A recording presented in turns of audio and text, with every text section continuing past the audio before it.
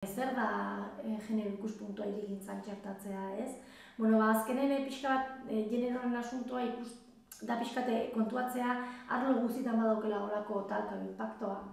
Eta normalean generoaren ikuspuntua ez dugunen txertatzen, edo ez diogunen atentzio prestatzen, edo ez diogun soitzen, gertatzen dena da itxu izaten gehala genero ikuspuntuari, eta ez lan neutro bat egiten ari gala, ez?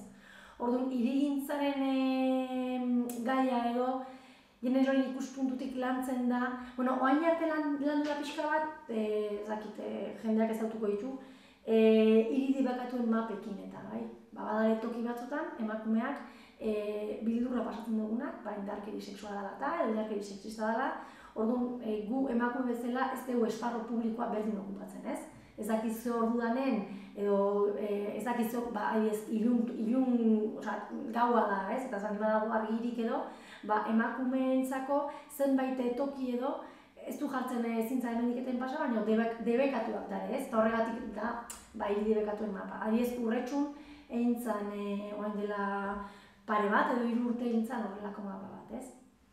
Ideia zan pixka bat arruntzago jutea, eta bai segurtasunaren gaia lantzea edo jasotzea egin da zeona, eta gure arau subsidiarioetan, kasu honetan Urretxuko udalean arau subsidioa daudelako, barne sartzea edo kontutan edukitzea, jadanik egiten dan zehozer da.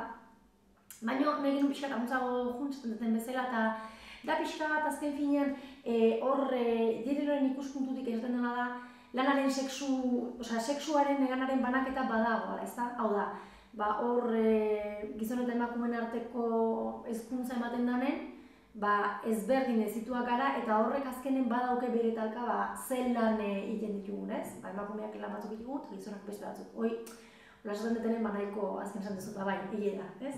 Zaintza lanak emakumeak ditugu, eta gizonak produziorako lanak, edo etxeko kanpo lanak.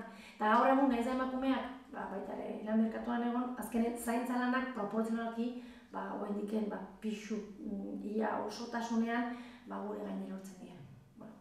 Gure gain emakumeen gain, bai? Orduan, horrek badauke hirigintzan bere talka. Zeatiken, hirigintza pentsatua dagolako gehien bat lan produktibo horiek edo lan etxetik kanpoko lan horiek asetzeko edo errezteko edo... Orduan pixka bat egiten duguna da hildo horretatik urbanismo inklusibo bat edo barneratzaile bat landu gara, ez da? Zaintza lanentzako adibidez, zaintza lanak azkenen ez bakarrik aurrak ezitu, baita ere dependenteak edo zaindu edo erreztu adibidez, ez? Segunda ze ekipamendu dauzkezun zure hirian edo zure herrian, azkenen zaintza lanak erreztu dituzu. Eta baita ere, menpeketasunak dauzketen pertsonei baita ere, pixkat independentegoak baita ere bihurtzen dituzu, ez? Eta gauza batzutan ekipamendu oso errexak die, igual banku bat ez dakit nora begira jarri baino, barrura begira jarri eta horrela zaintza lanak errezte dituzu, pixkat kontutan hartzea da, ez? Urretxun gertatu izan da parte hartze prozesu hori egin deula, 21 pertsona etorri die, 15 emakume gutxora eta 5 gizon. Horietako zenbait emakume, perfil ezberdinetako izan dira, baina gehien bat, dependentzitan eta adituak dienak, bai?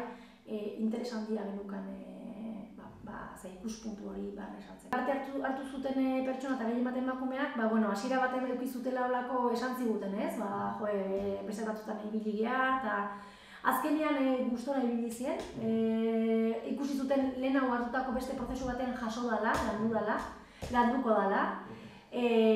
Askotan zaintzaren lanak emakumeak gurutze dituztelako begi hori emakume dauzkete, ez? Eta gero baita ere gizonen ikuspuntu eda pixka bat parte hartu dutenantzako honetaz janzteko eta ikusteko, eta baita ere ikusteko zeintzuk dien beraien ikuspuntuak, ez? Honen inguruan. Egia dan, beste ikerketa batzutan, beste toki batzutan ikusten dena da, generoaren ikuspuntu hau azkenen zuk zure herria definitzerakoan badaukela talka, ez? Emakume taldeak herriaren plano bat egiten dutenen eta gizonak herriaren plano bat egiten dutenen markatzen duzen ekipamentuak eta ezberdinak dira.